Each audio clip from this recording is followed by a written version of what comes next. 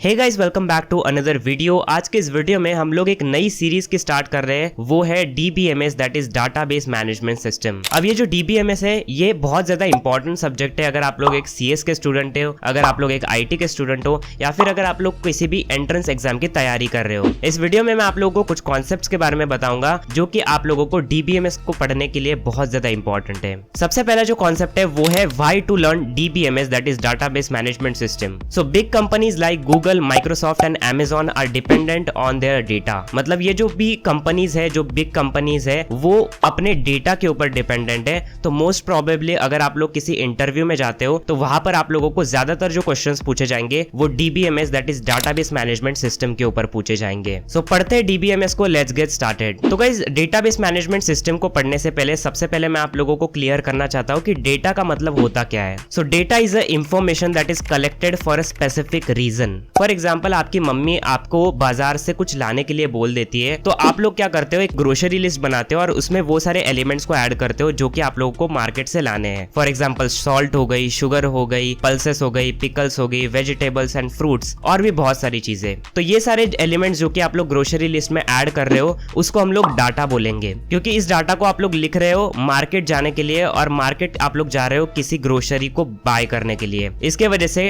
Data जो है वो इस केस में हमारा हो जाता है जो भी हम लोग एलिमेंट्स ऐड कर रहे हैं ग्रोसरी लिस्ट में। सेकंड जो कॉन्सेप्ट है वो है database. So database is a collection of related data. अब अगर मैं सेम एग्जांपल को कंसीडर करूं, दैट इज ग्रोसरी लिस्ट, तो ग्रोसरी लिस्ट में जो भी आप लोग एलिमेंट्स को ऐड कर रहे हो उसको ऐड करने के लिए आप लोग पेपर का इस्तेमाल करोगे। तो ये जो पेपर है वो हमारा डाटाबेस हुआ। अभी डाटाबेस में हम लोग कोई भी तरीके का डेटा नहीं ऐड कर सकते, हम लोगों को डेटाबेस में रिलेटेड डेटा ही ऐड करना होगा। फॉर एग्जाम्पल, अगर मैं एक ग्रोसरी लिस्ट बना रहा हूं तो उस ग्रोसरी लिस्ट में वही सारे एलिमेंट्स आएंगे जो कि ग्रोसरीज के होंगे, ना कि मैं कोई अदर सब्जेक्ट के एलिमेंट्स को ऐड करूंगा। तो जो भी एलिमेंट्स है जो कि हम लोग ग्रोसरी लिस्ट में ऐड कर रहे हैं उसको हम लोग बोलेंगे डाटा, और जिसके ऊपर ऐड कर रहे हैं that is paper is our database. अगले कॉन्सेप्ट के ऊपर बढ़ते हैं, that is DBMS, which is our primary concept, database management system. तो गाइस, अभी जो आप लोगों ने ग्रोसरी लिस्ट बनाई है उसमें आप लोग कुछ ऑपरेशंस को परफॉर्म करोगे, जैसे कि एक न्यू एलिमेंट या फिर न्यू प्रोडक्ट को ऐड करोगे,